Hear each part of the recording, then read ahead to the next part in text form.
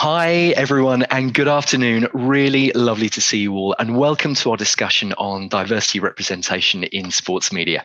My name is Dave Holby-Walensky. I'm the Customer Success Director here at Includability, and I'm delighted to introduce you to our amazing host for today, Jamie Hooper, founder of Inclusive Cultures. We have a fantastic guest panel who will be offering their insights throughout the webinar. And I'll pass the reins over to Jamie in just a moment to formally introduce Liz, Emma, and Drew for us. Just a quick note that closed captioning is available should you wish, and that we have a Q&A function and chat available for any thoughts or questions that you might have as the discussion progresses. We'll certainly do our utmost to cover as many of these as we can within the time limit that we all have together today. So thank you once again for joining us. And Jamie, I'll pass over to you. Brilliant. Thanks, Dave. It's so great to be here. And as you said, with such an amazing panel. My name's Jamie Hooper. My pronouns are he, him. And I'm really pleased to be here facilitating this discussion. Hopefully you won't hear too much from me because we've got some really great people to hear from. So I spent 10 years or so working in the traditional sports sector, leading on equality, diversity, inclusion work. So I've worked for governing bodies, I worked for Sport England, and earlier this year I launched my own business, Inclusive Cultures, to be able to work directly with the sector to support organisations, people to make more progress in the ED&I space.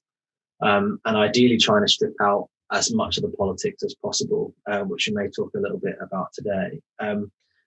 This is such an important area of discussion, and there's never really been a more important time with the Euros recently. We're right bang in the middle of the Olympics. The Paralympics is coming. We're less than a year now to the Commonwealth Games in Birmingham. There is so much sport content, particularly in the media, at the moment, and will be over the next year or so. So it's brilliant to be able to have this conversation about genuinely authentic representation. And we're going to talk about that in terms of being behind the camera and in front of the camera, as well as looking at specific sporting moments as an opportunity in time to drive change. I'll just mention before we kick off about questions. If anyone has got questions, please drop them into the chat. We'll pick some up as we go. We'll hopefully have time towards the end to explore some more of that if we've got some meatier questions, but definitely drop stuff in. That'll be fab. So I'm going to hand over and ask our amazing panelists to introduce themselves, so you don't need to keep listening to me. So Liz, do you want to jump in and say hi? Yeah, sure. Hi, everybody. I am Liz Johnson. I was a Paralympic swimmer.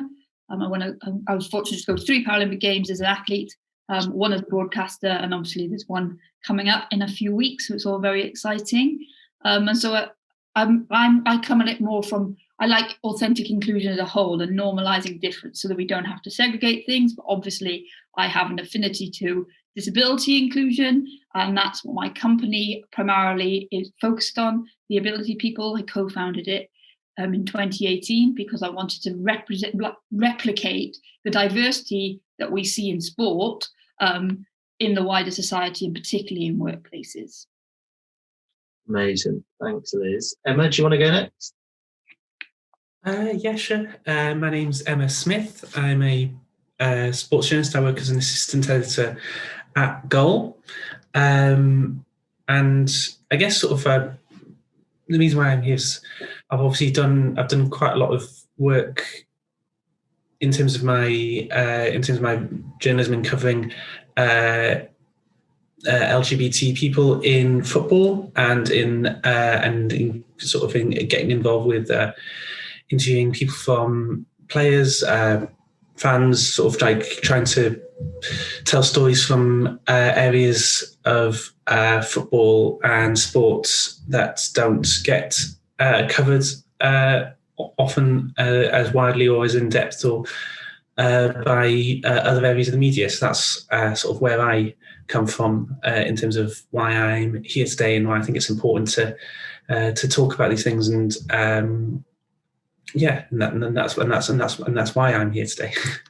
Brilliant. Thanks, Emma. Drew? Hello, everybody. My name's Drew Christie. I'm the chair and founder of BCOMS, which is the Black Collective of Media in Sport.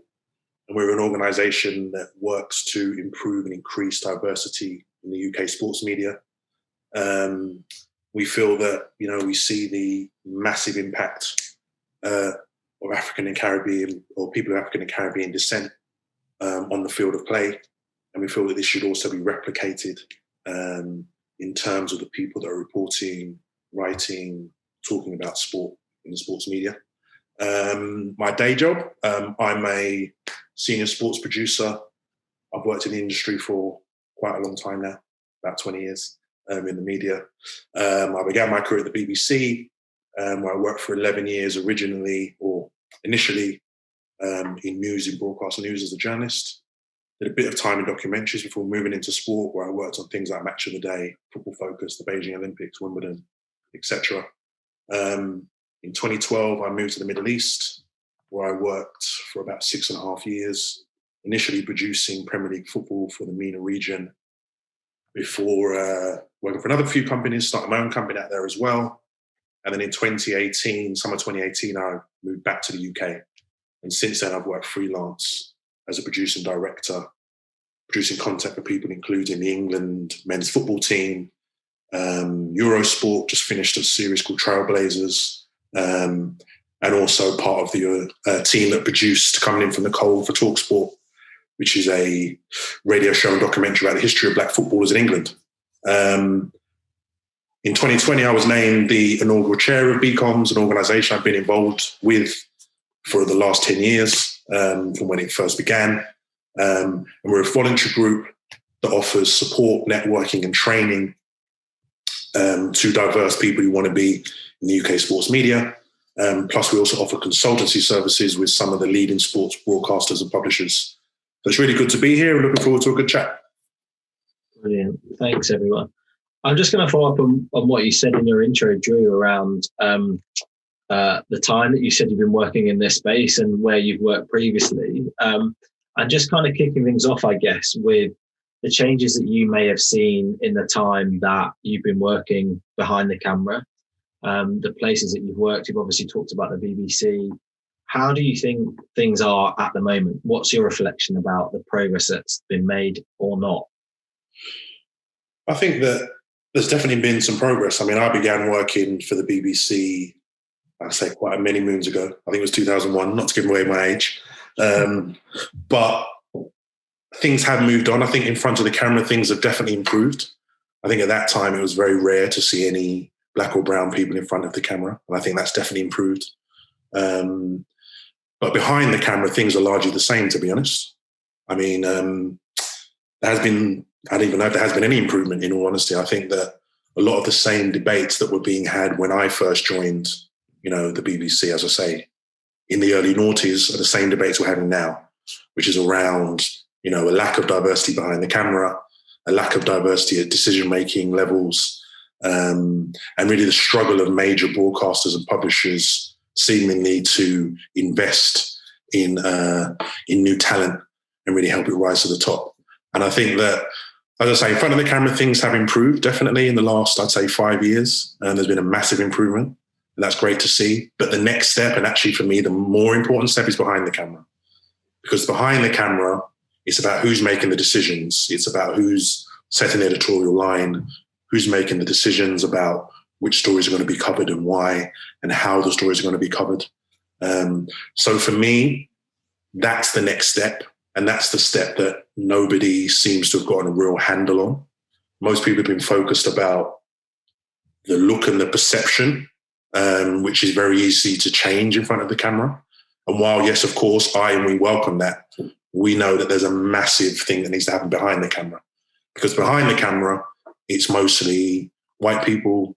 In decision-making levels, it's mostly white men. And that needs to change and that needs to be challenged. And that's really the next step to get real profound change and real inclusion. Yeah. Liz, I can see you nodding all the way along that. Do you want to follow up? Yeah. Yeah, no, I think even when we had a quick catch up prior to the actual webinar, we all agreed so much and saw that there was so much synergy in the different demographics that we represent. And I think that just really highlights the need for this idea to understand what authentic inclusion is and what diversity actually can be and what it can lead to. Because as Drew said, and I think it's highlighted in what he's saying, in the sense that people judge on what they can see. And so in terms of appearing to fix your diversity issue, in inverted commas, you place people that people can relate, like can judge and can see, and like, oh yes, of course there's more diversity, which maybe is why behind the camera often that means that there's not so much attention paid to it, because viewers can't see, the customers, for want of a better phrase, can't see what's happening in production, what's happening off screen. So people focus on upping their quotas on screen. And I think it's the same in for people with disabilities. The representative, but the difference is smaller. So on-screen talent, I mean, again, the population in the UK of people with registered disabilities is around 20%. Yet on-screen talent is around 8.2%, like around 8.5%, like it twos and fro's, but it peaks obviously around Paralympic time.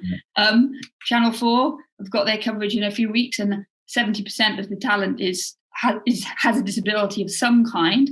But then that's 2 years, and then we'll have a Winter Paralympics, but that doesn't get as much broadcasting time. So again, it won't be quite as high, and it won't get quite as much exposure. But that 70% peaks, and then it's 4 years before that happens again, or 3 in this case. Yeah. And so the difference, like I said, the difference in the disability demographic is actually less. It's around 2.5-3%, the difference between on-screen talent and production talent with disabilities. And again, the reason for that is actually when people are looking to up their diversity and up their inclusion in inverted commas, and I put it in inverted commas because unless it's authentic, it's not really inclusion. It's easier to put people, not easier for people that don't understand disability, to put those people off camera or behind camera, or find them roles within the production team, say, look, we're given these opportunities. But so I think that's why in our demographic we experience less of a difference, Drew, than in yours possibly.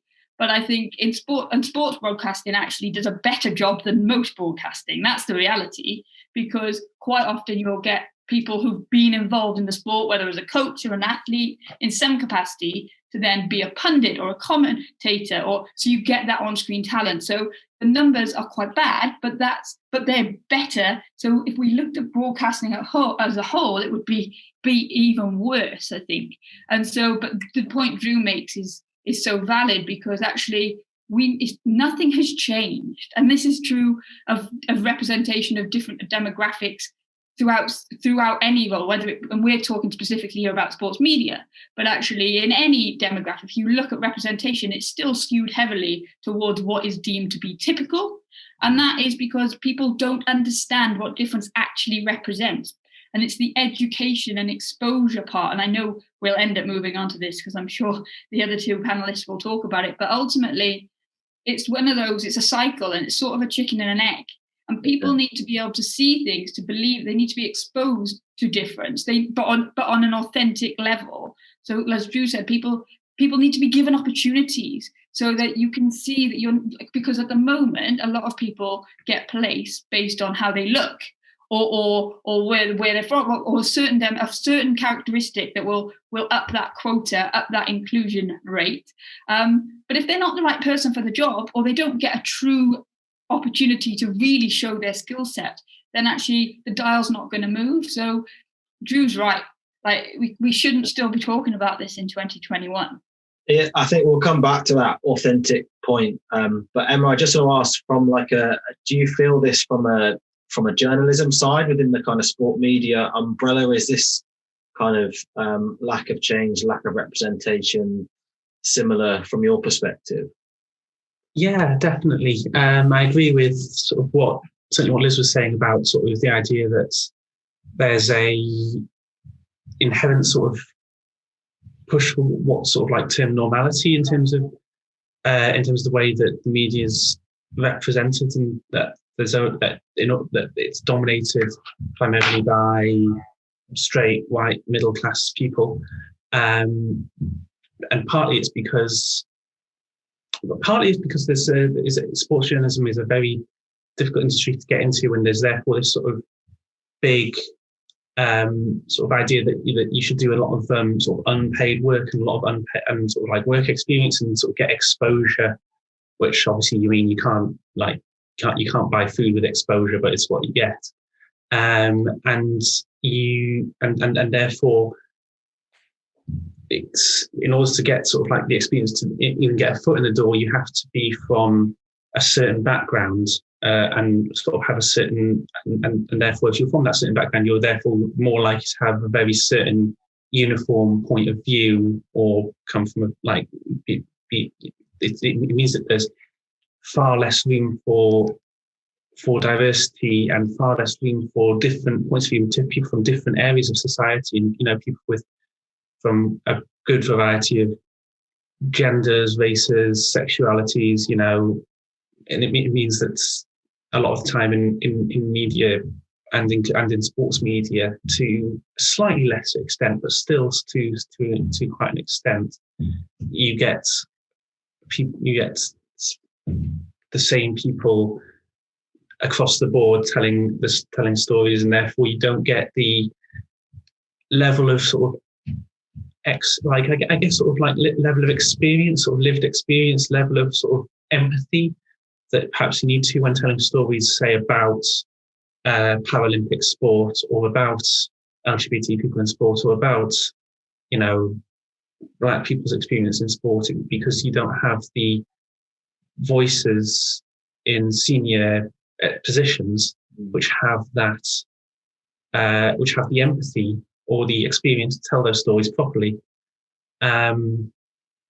Yes, and I mean that's, I guess, sort of the main point that I always think. And I mean, it's I mean the company that I work for, Goal, is it's an inclusive company, in that I always feel very comfortable working there. I don't feel as if I'm sort of treated any differently to anyone else. So I can sort of like, I've told stories, like I say, written about LGBT people in sport. Like today, this afternoon, actually, I've written a feature about Quinn, the Canadian non-binary footballer. So that's one to look out for.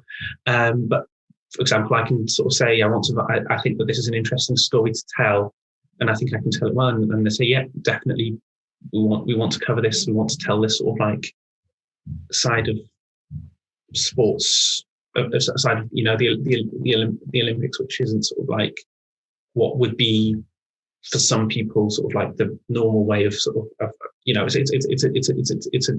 it's representing different people and representing different stories in sports media. But then again, I'm pretty much I'm the only trans journalist there, so therefore it's usually comes to me to sort of like tell these stories, because they don't sort of like, and I feel something of responsibility to tell the stories, because I often don't feel like there are going to be many other people who are going to tell those stories and sort of tell them in a way that's empathetic and sort of. Well, and this is the point I was going to come back to about the authentic side of things. It may sound like a really obvious question, but how important is it that you have, I guess, authentic representation, telling those kind of genuine stories, I guess. I throw that out to anyone. How important is it to make sure that we've got diversity in those teams that are sharing stuff from their own lived experience, that perspective? That's it. Okay. Did you? I'll go through. Yeah.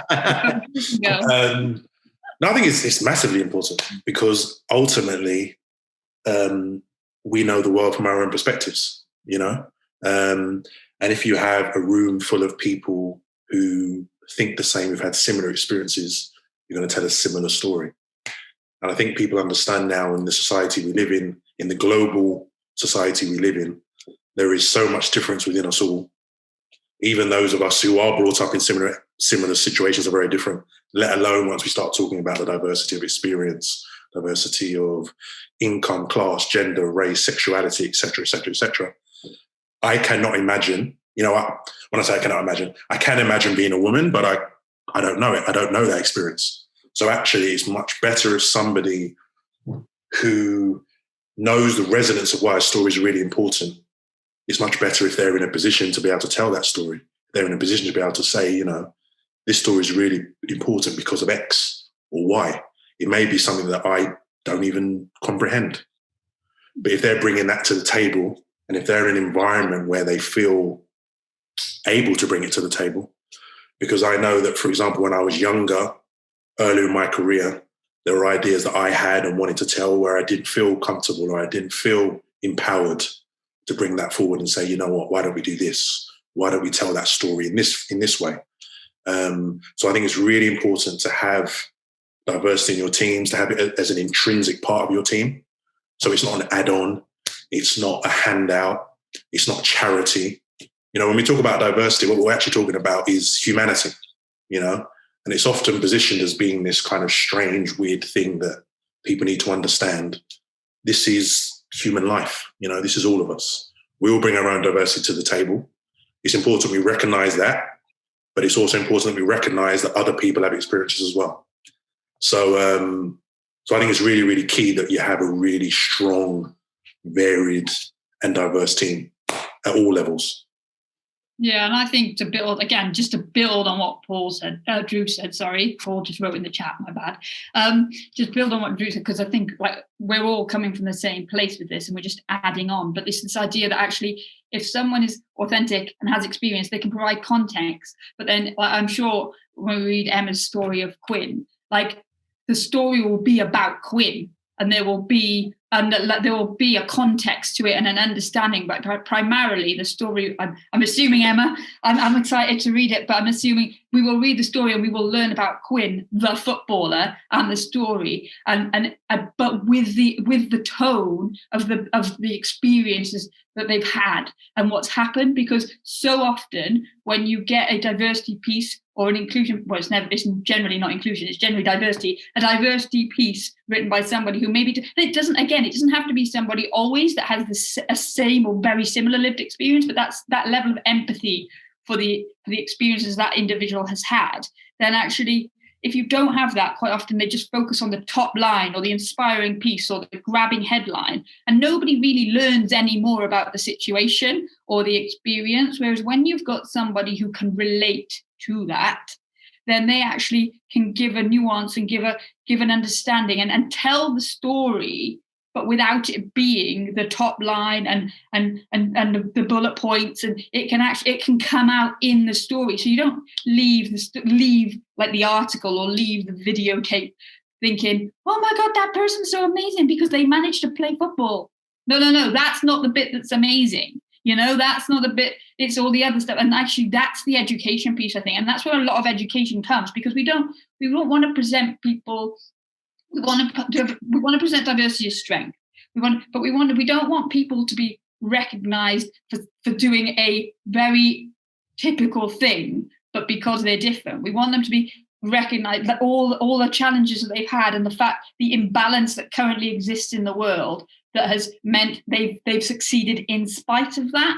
And so I think for me, that's the important thing, is having people that can relate to the experiences and bring that forward, so there isn't just a one-off flash piece that people go, oh yeah, wow, and then they put it down and they forget, but they actually take the deeper meaning away from the article.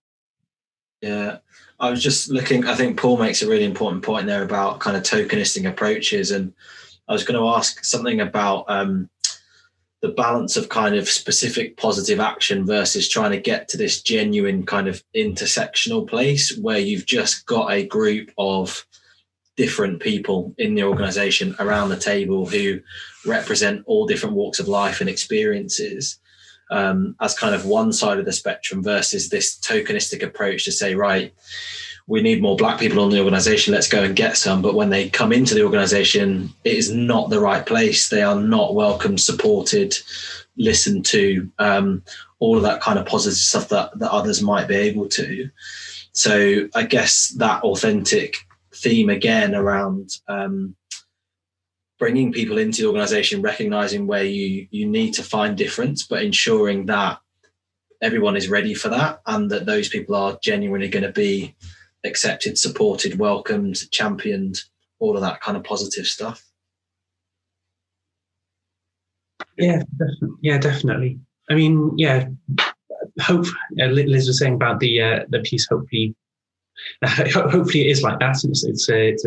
It's informative and all that. I guess there's there is sometimes when people from, say, different backgrounds get written about, whether they be, a Paralympian, or if they're a gay sports person or whatever, that's sort of like that's it's always written about from someone who's coming in from the outside.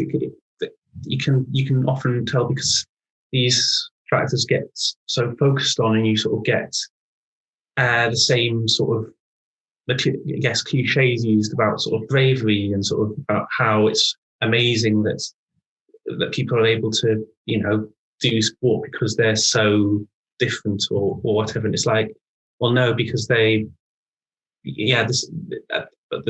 often very little concentration on the things that are important, like the fact that, like, the ability at sports is often overshadowed by what the journalist sees as being the difference about them, and that's what gets focused on, rather than their ability as a sports person. And I guess sort of like, and I think if you have journalists who have more empathy with people from differing backgrounds, they can sort of say, okay, that's a given. We can sort of talk about that, but there's so much more to be focused on as well, and so much more to be, that can be written about and focused on, so we don't constantly have to be hung up on what some people regard as being strange or different. Yeah, and I think I was just going to build on what Emma's saying again, because it's this idea of the authentic part that Paul relates to. And I think the reality is, this isn't easy, because if it was, we wouldn't still be talking about it. As Drew said, like 20 years later, he would not still be experiencing what he's experiencing. And again, and you alluded to it, Drew, that the people who end up in management roles or making decisions, they still don't represent society. They can't wholly be blamed for that, because it's not their fault that they don't look like us, or they don't have the lived experiences that other demographics have. But it's a choice to educate yourself and actively do something about it. And I think Emma alluded to it right at the beginning, in that in the world of media, so often you don't get a job based on how, in the beginning, you don't always get a job based on how good you are. You need a lucky break. You need to be in the right place at the right time. And you meet someone will get you a meeting, and you'll go to coffee with them, or you'll go to lunch with them, and you'll either hit it off or you won't. And there's nothing really you can do about it if it doesn't work. Like, it's not like when I was an athlete, to get better, I'd be like to my coach or my team, what do I need to do to find more time? Or what do I need to do to get in better shape? What is it that I need to do? And it's the same academically. Like, you can, like, some people are naturally academic, some people aren't, but you can always work harder. You can always do something. But in the world of media, it's very much not that way. And so if people are only really ever introducing people to someone they already know, the chances are they're similar to them, which is why, like I said, on-screen talent changes, because you'll get an athlete. Like, if you look at Tokyo right now, there's a lot of Olympians that retired post-Rio. It was 5 years ago, so it's to be expected. But like, they've all got jobs. So Michael Phelps is out in Tokyo, and like a lot of the pundits on the BBC, they were in Rio and they're not in. Fine, brilliant. But then that's their foot in the door. But the majority of people aren't Olympians or Paralympians. They are people who want jobs, who want to work in the media. And so in terms of this, and I think going back to Paul's point, it's crucial. It's not easy, like I said, which is why it hasn't been done. And so many people of that ilk, I do feel bad for them, because, again, like I said, it's not your fault if you're white, male, straight, and of a certain age, and of a certain level of education, and all of those things. It's not your fault, but they're the ones that are often in the position to make the stance and do something and take the leap. But often the leap isn't in being the person that makes the change immediately. It's about demanding more education about it, demanding more understanding, because if you can't, there's an element of fear of looking vulnerable or looking like you're not good enough at your job if you admit that there's a gap in your knowledge. And so that you'll see it every single day. Lots of people who are championing diversity, they're talking about it. We're all talking about it. We all know what the issues are, but actually it takes a bold move to do something about it, because often it costs a bit more time. You always get a better payoff in the long run, right? The outcome is far better, but it's very much this idea of like, you do sometimes have to make a short-term sacrifice to achieve the long-term goal, because if you don't, you just carry on perpetually adding to what's already happening. And that's when you end up with the tokenism. In order to fundamentally change things, you have to be brave, and you have to put yourself out there and say, and I'm not saying the talent that is in the minority demographics, the people that are in the places of power, the people who are trying to change things or say they're trying to change things, actually need to consult and actually need to do an analysis of where they are at, where the gaps are, and how to fix them. Because otherwise all that happens is, like you said, you try and fill a quota in inverted commas, you pull off the street the first people are going to fit that mold, but if they're not the right people for the job, then all it's going to do is prove that it didn't work. Actually, we need to look at current barriers to all of the people that don't exist in these roles, and as Drew has said many a time, and look at what those barriers are and help and remove them. And often it'll be the work experience element. Often it'll be that they never got the meeting. Often it'll be that they don't have the particular education that one deems to be necessary. But what else have they got? And that's what we really need to look at. Or they feel like, what's the point of me even applying, because I'm just never going to get anywhere? Like, what is the point? But I think what you touched on there about that point around recognizing privilege, this is a new kind of term that people are coming to terms with, that are becoming kind of more common, around recognizing the privilege that you've had, i.e. the kind of advantages in life that you may have had over others. And not feeling guilty about that, not trying to make a big deal out of it, not feeling defensive about it, but recognizing it and trying to support others to close that gap, try and find ways that you can help others to be able to get access to the way that you've had. Drew, I wanted to come back specifically on kind of the leadership point, which you touched on earlier, around the importance of kind of influencing that decision-making tree to get people on board and drive that change from the top. I know that's something that, as a chairman, you'll be aware of particularly. But yeah, from your experience, what are your thoughts? Yeah, I mean, I think,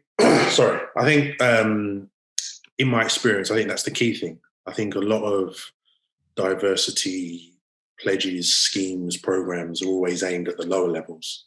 It's kind of internships, apprenticeships, junior levels. And yes, that's important. But you're bringing people in at a lower level that do not have the power or the skill set, because they're new, or the knowledge to really influence change. And so if you do want to change the culture, because ultimately what we're talking about is changing cultures. You know, we're talking about making places genuinely inclusive. That means you need to change from the top. I mean, it's both. You have top and bottom, you know, that meet in the middle. But the importance of leadership is really, really key. The importance of, if you want to call it, enlightened leadership, people who are going to challenge themselves and organizations to change. And also being really genuine in your desire to diversify your leadership team, your management teams.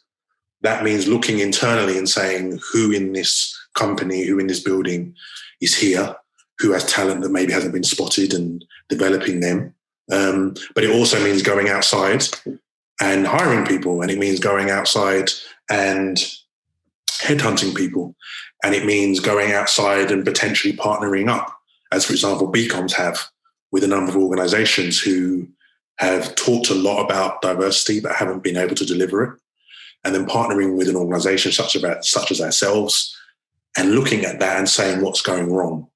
You know, like Liz was saying earlier on, you know, what's going on? Where are the gaps? Where's the blockages? Is it in applications? Is it that people aren't applying to us? If so, why? Is it at the interview stage?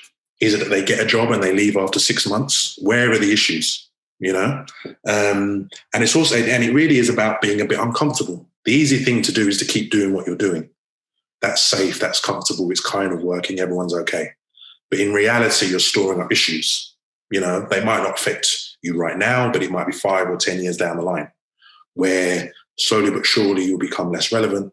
Slowly but surely people will move away from you because, as I say, what we call diversity is actually humanity. And this is the world we live in now. This is the society we live in now.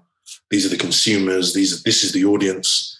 And if you're not talking to them directly, representing them, if you're not offering them the services, the products, the goods, the content that speaks to them, they're going to go elsewhere because other people will do that. So really, for me, that's a massive thing. It's a massive thing. It's actually, for me, the most important thing in terms of companies really challenging themselves, leadership challenging itself, and really looking at this as being part of a top-down solution.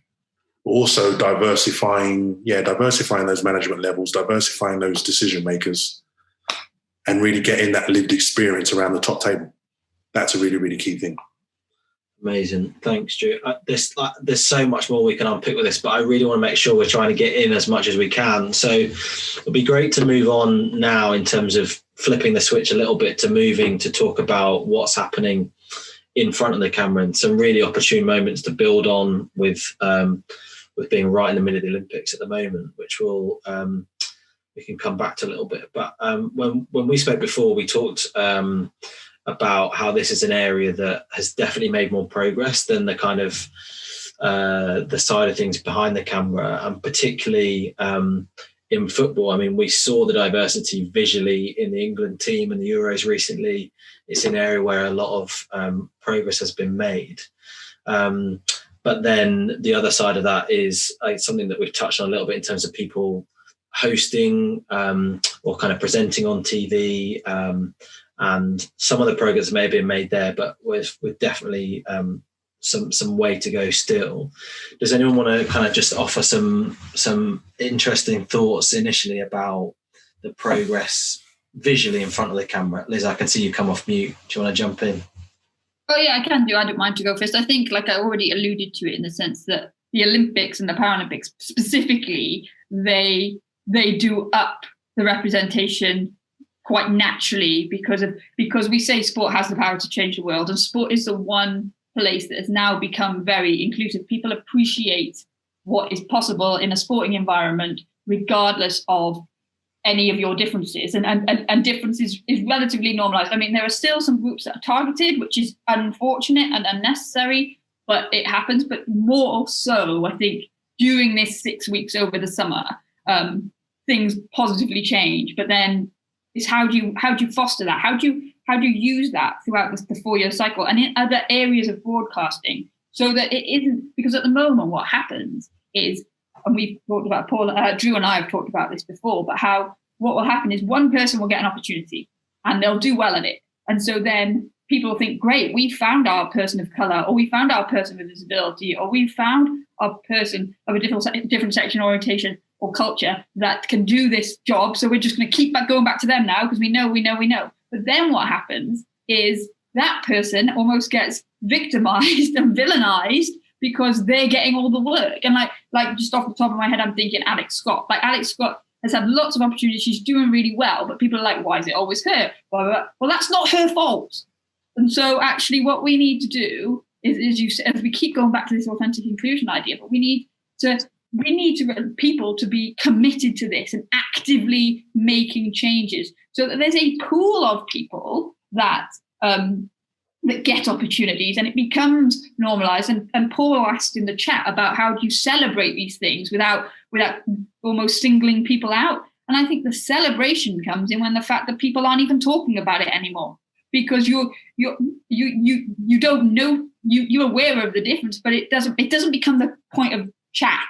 Like Emma was saying, you're not covering that story because that person is different. You're covering them to celebrate the great job that they're doing. And so it needs to be a more active, and again, it goes, and like we're not putting all the responsibility on one group of society here, but they're the group with the power to change things. And so, like Drew said, you need people at decision-making level, and it might not be that they're in a job, but when you're putting a working group together, or you're building, or you're putting in a bid and a pitch, get experience, get representation of all of the different demographics that represent society. And then, yes, you might, and know that you might have to do some training. So, for example, for Channel 4, when they got the London 2012 bid, they had to do a specific recruitment program for people with disabilities, because though that group of society never had the chance to hone those skills. And you can't just stick someone in front of a camera on day one of a live sporting event and expect them to get it right. So you have to drive it initially, but, and this is the same in any walk of life, those initiatives are not long-term fixes. And if you've still got a targeted recruitment program in any walk of life, more than 2 years after the inception of it, then it's not working. Because if you've still got to do it that way, it means you haven't normalized those differences, you haven't made it authentically inclusive, and you haven't created pathways for the right people to rise to the top. Yeah, amazing. Emma, have you noticed kind of more recently, I guess in more recent times, that you're having more opportunities to talk about, report about, write stories about more people who are feeling able to kind of be their authentic selves? Have you noticed a bit of a difference in that? Well, I've been very lucky in that, like I say, I work for a news organisation where there is a greater willingness to tell stories outside of the sort of the normal mainstream men's football coverage that you see from pretty much every sports outlet in the UK. But yeah, and that's obviously good, and that's I sort of like that. I feel that there's stories that are able to be told from not just from the LGBT plus community, but from other areas as well. Then I feel like that, and I'm able to tell those. It just, I suppose the only feeling that I have is that if I wasn't the one sort of telling those stories, I'm not sure who else would, because I guess sort of like telling them is it's something that I obviously have sort of empathy in and sort of like a knowledge and interest in, and so it sort of comes and I guess if there were more people who had a wider range of sort of experience and backgrounds, not just at Goal, but across the whole of the British sports media, then those stories would be more widely told, more widely accepted, and there wouldn't be such a sort of you look at, for example, the how much of a sort of there's a debate and sort of a furore over whether there'll be who the first gay Premier League footballer will be. And I think quite a lot of that comes from the fact that outside of a few exceptions, there aren't many LGBT sports journalists, and therefore the idea of being gay is sort of is treated as being something noteworthy and different and strange, and therefore is something that's sort of a topic of debate. And if there was a media atmosphere which didn't treat being gay, for example, as something that's to be speculated on and sort of like something that's to be sort of whispered out and unusual, and sort of like that is in fact something that's just entirely normal and just what a lot of what some people are, then there wouldn't be such a then the way that's news and those stories would be covered would be vastly improved. Yeah, totally. That authentic representation, we just keep coming back to that, don't we? Drew, I wanted to ask you about something we talked about kind of in the build up to this, around the level of trust in some people to kind of be that visual point, or to be that leader of conversation, or to be that presenter. Is that something you can expand on a little bit?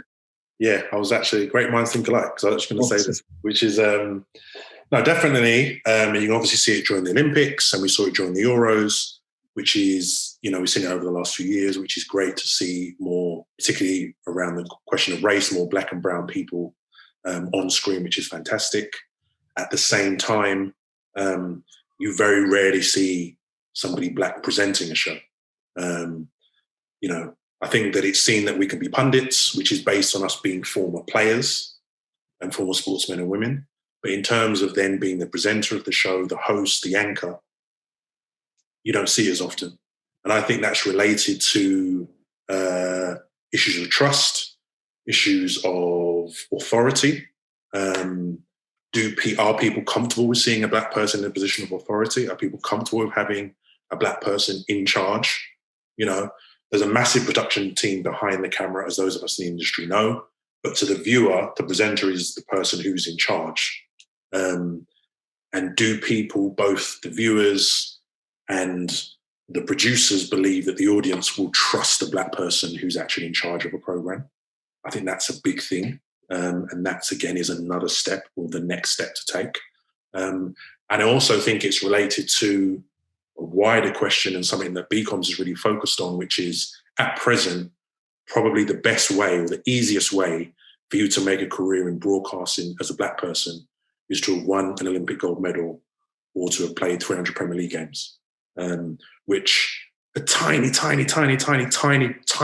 minuscule percentage of the population are able to do. But in terms of somebody actually just really loving sport and developing a career and wanting to be a producer or a journalist or a radio reporter, for example, that's something that becomes very difficult, because then it's, again, based on, a bit like we were discussing earlier, it's based on networking, it's based on connections, it's based on somebody trusting you and giving you the opportunity. And that is a big problem. And I think it's very interesting that our industry seems to, as I say, only trust black people who have had that level of success, whether on a podium or where they've played for England. But are they trusting someone to work behind the scenes, as I do? And that's, I think, a big challenge and a big step. And I think it's quite interesting, the difference you see between those two things. Yeah. And that was what I found was one of the phenomenal things about when Alex Scott was announced as the Question of Sport host, in that she literally could not be more qualified from both a playing perspective, but her whole university studies was all around journalism and presenting, and she could not be more qualified. And yet we saw all the kind of comments and stuff that happened. And Liz, that point you mentioned about we keep seeing some of the same faces all the time. Someone like Alex, or maybe someone across Paralympic coverage, or the few disabled people you see on TV. And that it's not fair on those guys to be carrying that burden for that community, I guess, a little bit. Burden's maybe the wrong word, but carrying all of that representation. And that what we need is that kind of, sway the recruitment to just have that, again, authentic representation across TV, across coverage. Well, I think it links together what everybody said, because I think Drew said, there's just not that representation behind the camera. And then Emma was saying how you've got to get that opportunity from somewhere. And actually, if you look at other than those that have been athletes, right? If you look at those people in sports broadcasting that are now at the top of their game, they start at the very, very bottom generally. And they take any experience they can get. And as Emma rightly points out, there's only a certain amount of time that you should be someone's dog's body or doing it for free, because at some point you need to eat and you need to pay the bills. But generally that does happen. Generally, those people who typically get those experiences, they have a few work experience gigs, then they become a runner, then they build their way up, and eventually, and if they want to be on-screen talent, they eventually get there somehow, and they either go into production behind the camera or sound, or they then make that step and start reporting. And it might be the social media side of reporting, but they build, and it's a journey of decades. And if you look at and if you speak to Claire Balding, who's undoubtedly one of the best broadcasters that we have, one of the best anchors I would say in the world, not just in the country. And you ask her where she started and what she was working on and it was graft, and nobody went, and she got the jobs that nobody else wanted. They were like, okay, you can't, like, this damage limitation here, like, it's going to be, but she's fantastic. But the point is that Emma and Drew are making, if you're not in that space to get those opportunities, and don't get me wrong, she had to work really, really hard to get there, then you're never going to be able to have that platform to go for it. So then what happens is they find the right people who could potentially be qualified, and you watch, and they get better as they go. And Alex Scott has got better and better and better. But because of this need to quickly fill the diversity quota, they put people in maybe when they're not 100% ready, but that's not their fault. It's not her fault that she's been thrown into the limelight when she didn't start on some, like, in some little program or get some experience. But the society community, they're quick to then start throwing abuse or trolling people or having a go at them. And it's like, well, that's not their fault. And we see it all the time. Like, how many times have you read in the last few days people sat at home watching the Olympics going, what was that? Why are they even there? They didn't get a medal. Who do they think they are? Or with Simone Biles pulling out because she's not mentally in the headspace. Well, I wouldn't be hurling myself in the air at that speed with that power, even if I was in the headspace. So I absolutely 100% pull out if you're not ready, because you could do yourself some serious damage. But people are very quick to judge, and I think that's the bit. And we've talked before, and I, like, Drew's spoken about this a lot, how actually sometimes we're focusing on the end point, but we have to appreciate that people aren't given the foundation opportunities. They're not given those fundamentals that even put them in a position to be capable, to be ready, because they're being judged on attributes and skills and qualifications or experience. The door's never been open for them to get. Yeah, and I'm pleased you mentioned that point about Simone Biles, because it was one I was going to mention about kind of this moment in time where we're at, in the amount of support that has come out for her to just be authentic about saying, I'm not in the space to do this, so I'm not going to do it. And I think that there undoubtedly would have been a lot of that pushback, but I feel like a lot of the coverage has been really positive about what she's done in that space, as well as the coverage that came out around Tom Daley winning gold and him very quickly being in his kind of media interview afterwards talking about how proud he was to be able to do that as a gay man as well. Like, we're seeing this positive coverage come through.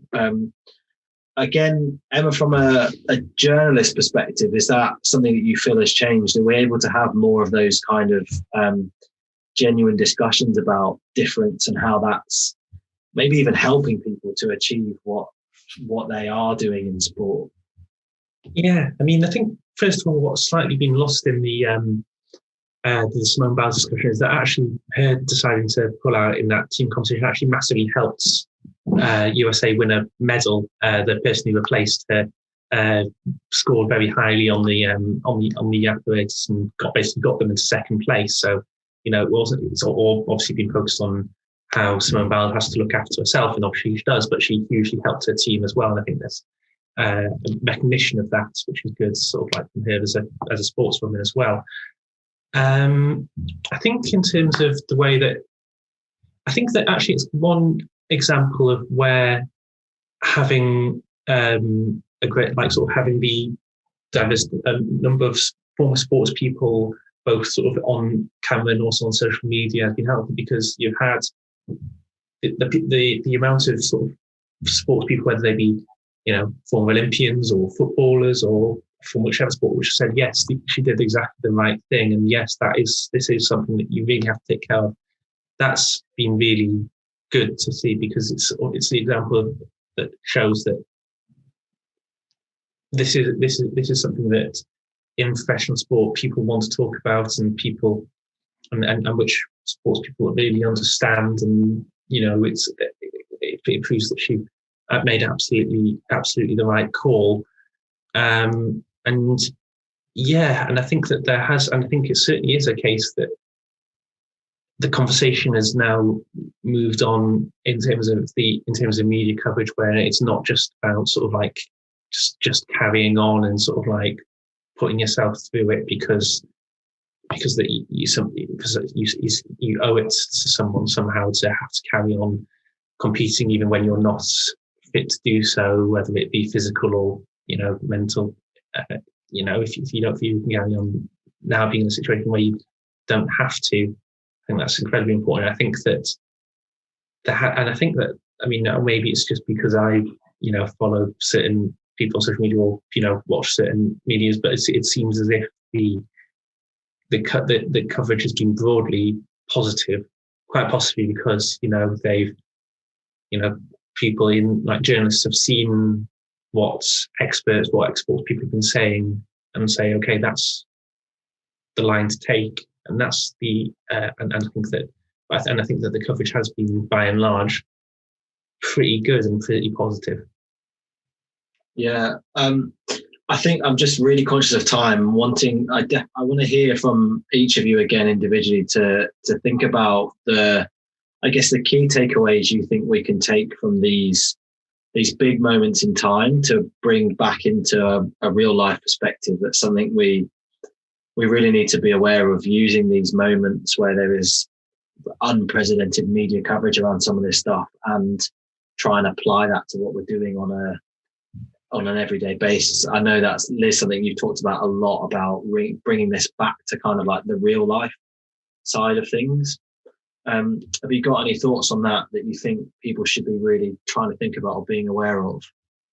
I think, it's ultimately that none of us are perfect and nobody knows everything. And actually everything that happens is a learning opportunity. And I think Emma made the point that links into Matt's question around the coverage has been good. It is important to have these platforms and have that level of authentic inclusion that it allows other viewpoints to be explained. Because when you just look at a top level thing and you have plenty of people out there that are judging, we see sports the worst. Doesn't matter. Like back to the Euros, those boys, they missed a few penalties. Will someone else go and stand and try and take a penalty for England? It's not going to, in a World Cup final, it's not going to go that well for you. But you feel like you're in a place to rip everything else apart about their character and their personality because they missed the penalty. So I think it is important that we get to know more about what goes into it. But I also think it is important in terms of the representation then on camera and behind camera, because people in the production team, they have input to the content of what comes out on screen a lot of the time. And we're stronger together with the more opportunity we have to represent a whole picture. And I think Ashley's point around like all these female athletes are being questioned on what they're wearing. Nobody ever comments on what a male is wearing. And similarly in broadcasting, how often do we see that they decide what side the male and the female are going to sit on, because aesthetically on the camera it draws the attention of the viewer, and so they're more likely to see the guy first and then not be so distracted by what the females wear. And I know for a fact that females' outfits pre-production get more scrutinized than what the guys wear. So it is like, it's not fair that we are still judging people on what we can see. And actually, I think fundamentally the takeaway here is it's all very well saying you support something and talking about it, but actually we need 2021, and now is the time to start actioning and understanding what difference actually represents, and putting yourself out of your comfort zone to learn more, and removing this element of judgment, removing the element of fear, so that the right people get the opportunities to do the jobs that they are capable of within the media, whether that be in front of the camera or behind it. Amazing. Thanks, Liz.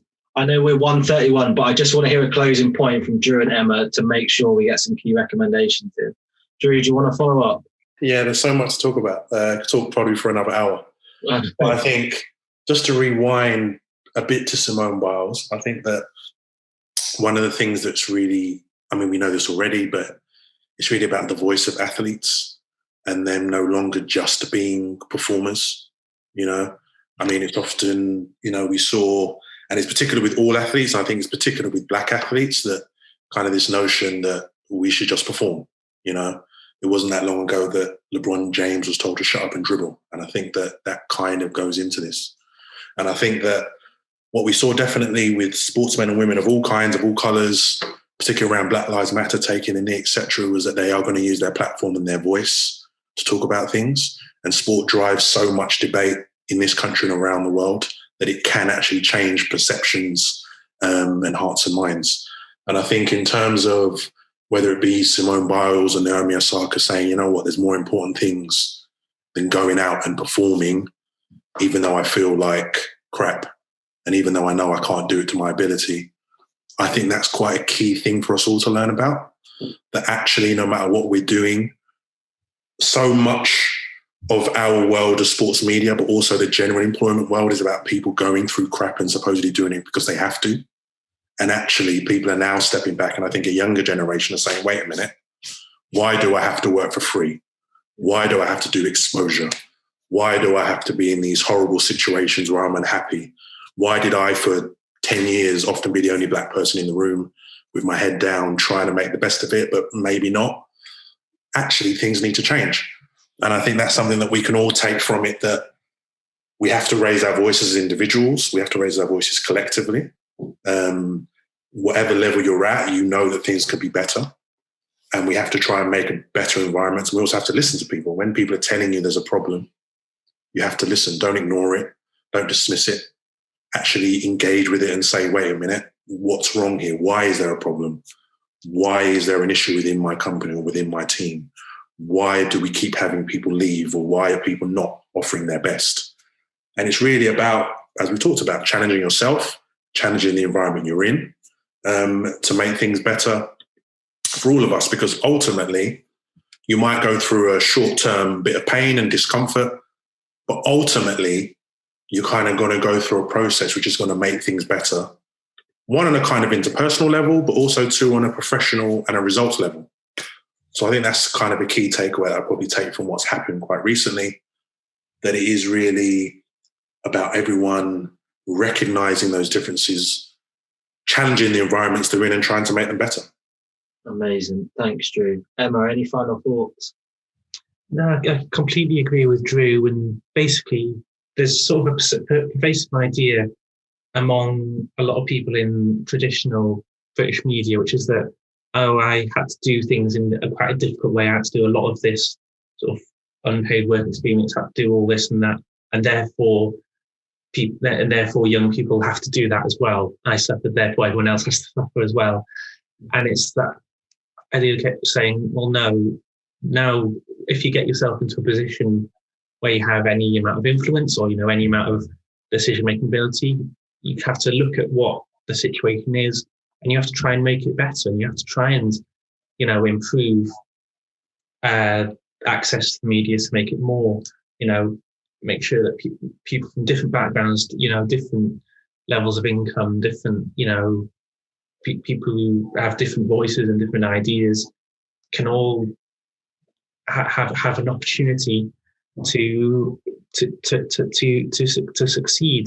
Because I think a more diverse and a more interesting media, and more diverse and makes for a more diverse and more interesting society, which I think is inherently a good thing. Amazing. Yeah, 100%. Amazing. I think the only thing I'd share, which we've talked about so much all the way through this and what everyone has touched on, is this point about authentic representation. It comes back to the topic of the discussion here. We should all be striving for diverse representation across everything that we're doing, and doing it authentically and in the best kind of supportive way that we can. I think we've got through most of the questions in the chat. I know Dave said about sending further ones through to him, and we can follow up with that. But I'll hand back over to Dave. We just wanted to say a massive thank you to the panelists, particularly everyone, for joining. It's been a real pleasure, and as Drew said, we could be here all day talking about this stuff. But yeah, it's been brilliant. Thank you.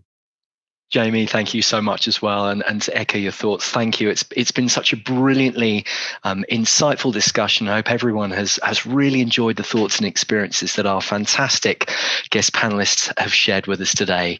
Huge thank you, of course, to Liz, to Emma and Drew for all of your time and for building our knowledge, and to Jamie for being a wonderful host and guiding us through this last hour.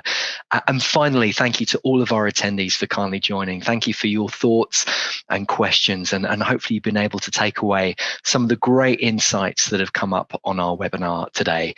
Jamie's absolutely right. Just drop my email into the chat. So any additional questions that you might have, please do let me know. I'd be delighted to pass these on to Jamie, Liz, Emma and Drew.